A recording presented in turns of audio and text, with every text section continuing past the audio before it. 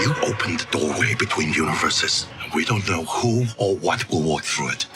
Doctor Strange in the Multiverse of Madness truly could have felt like a different universe without the cast we've come to know. So we're looking at how they landed their roles in the MCU and whose rejection almost changed the timeline. It is something very different from what they've seen.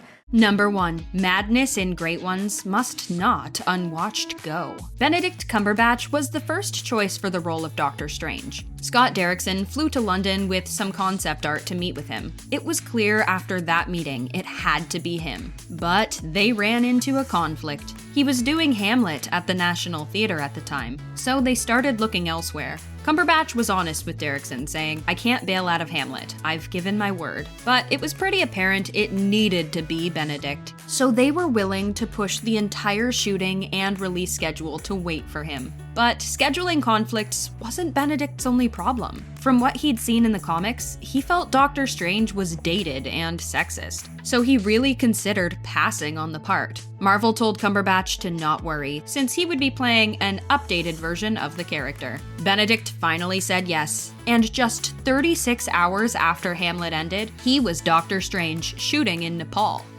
Sure we got the right place? That one looks a little more. Number 2. The stress was unreal. Elizabeth Olsen didn't audition for Scarlet Witch. She was offered the part over tea with Joss Whedon. Tea drinking is always intense. He told her, look up this character, and don't think about the costumes when you look her up, because you're not gonna look like that. Sure, he said then she wouldn't look like the comic hero, but he broke his promise in WandaVision.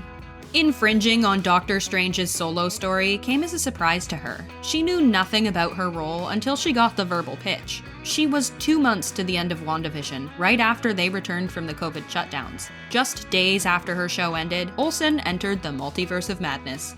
Filming it certainly felt like I was in a multiverse of madness. It was kind of chaotic at times. Number 3. America's next star. In March 2020, Xochitl had her first self-tape audition, and it was for an unknown Marvel project. She didn't hear anything for 6 months. Then she got a call in August to tape again, but with a completely new fake script and character name. She put together what the project was when the word sorcerer appeared, but still had no idea her character was America Chavez. A little over a week later, she got an offer to screen test in London. This was the scary audition. There were 4 cameras, roughly 80 crew members, and every important person there. And she did her scene with Benedict Cumberbatch himself. Xochitl said, as intimidating as it was, everyone made me feel welcome. Elizabeth Olsen, she gave me fantastic advice. Number 4. Fans were way ahead of Feige with their Mordo dreamcasting. Chiwetel Ejiofor's always been a big fan of Marvel films and was excited by the way they've been pushing the envelope. Guardians of the Galaxy is what really impressed him, so he met with Kevin Feige and said, listen, I'm excited to get involved, so let me know what's going on. They got talking about Doctor Strange, and he said, getting into that universe and getting into that kind of concept was so thrilling. But it was a great cast, I couldn't imagine a better cast for this film. Number 5. Benedict with Benedict, Wong for Wong. Chiwetel and Wong were working on The Martian together, and while having lunch, he told Wong he was going to be doing this thing called Doctor Strange. Wong looked it up on the internet and saw a photo of Strange with comic Wong peeping out on the side, and his jaw dropped. That's when his petition joke, Wong for Wong, began. I get this mysterious email with, "Hi, we'd like you to audition for the part." He saw he got the part when he was on the set of Marco Polo as Kublai Khan, while sitting on a throne, sworn to MCU secrecy. He texted Chiwetel and said, Wong is Wong. We wonder if Chiwetel had any influence over that. It's weird having 2 Benedicts on a movie. That's rare. Just one? Like Adele? Number 6. Who stole my likeness and put it in a comic? When Patrick Stewart was first considered for Professor X, he had no idea who the character was. So when one of the producers handed him an X-Men comic from the desk, he responded, "What am I doing on the front of a comic book?" We call that perfect casting. Let's have a little tiny audition then. What about you say, make it so? Number 7. Do as Peggy says and give her the role. Hayley Atwell had to perform Peggy Carter and Steve's tragic radio call at the film's climax, where Steve sacrificed himself. They were all sitting there in a quiet room. Chris Evans wasn't in town, so one of the assistants was off camera reading for him, and everyone wanted to burst into tears. It's safe to say, she nailed it.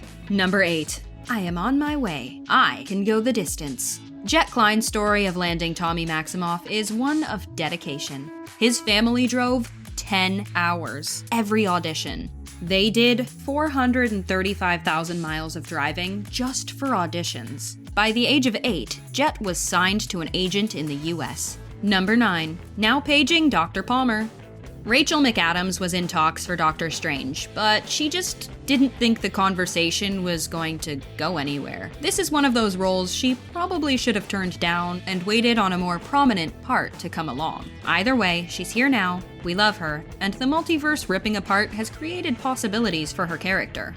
Playing different versions of ourselves, so you kind of get to start fresh. Number 10. Finally, the Mr. Fantastic the world's been waiting for. The story of John Krasinski's casting starts way back at his Captain America audition. Despite not landing the role, he's been on Feige's mind ever since. In my head, I got the part. Right before his audition, Krasinski recalls having the Captain America suit half on when the super jacked Chris Hemsworth walked by, and he was like, "You look good, mate. You're gonna look great in that suit." And Krasinski was just thinking, "Don't make fun of me, Hemsworth." I love you, Thor! Number 11. The most problematic casting in the MCU. There are a ton of regrets from Feige and Tilda Swinton over her casting as the Ancient One in Doctor Strange. Feige admitted, "We thought we were being so smart and so cutting edge. We're not going to do the cliche of the wizened, old, wise Asian man." But that was a moment they regret not thinking, is there any other way to both not fall into the cliche and cast an Asian actor? At least the one place they did make a good call was with Wong's character, not being a servant to Strange like in the comics, but instead a mentor. Unfortunately though, their lesson had to be learned the hard way. The Ancient One was irresistible to me. Number 12. It's not you, it's the character. There's a long list of runner-ups for Doctor Strange, who have managed to snag roles as other characters, whether that be for Marvel or DC. Joaquin Phoenix was the second choice for Strange. He was considering it, but ultimately found it would take up too much creative energy. Then he went and played the Joker. The other Joker, Jared Leto, was considered and later landed Morbius with Sony. Ethan Hawke's now got the awesome role of Harrow in Moon Knight. Jake Gyllenhaal landed right where he belonged, playing Mysterio. Tom Hardy eventually starred in Sony's Venom instead. And let's not forget Ryan Gosling, who has yet to join the MCU or DC. We wonder if he was a contender due to his history with Rachel McAdams in The Notebook. We can't fathom the idea of someone else playing Doctor Strange. Benedict Cumberbatch is just so perfect. We can see why they were willing to wait for him. How romantic. While we aren't sure if we believe in multiverses, we do believe in ripple effects. How do you think the MCU would be different if someone else were to play Doctor Strange? Let us know your thoughts in the comments, and thanks for hanging out with us here at The Things.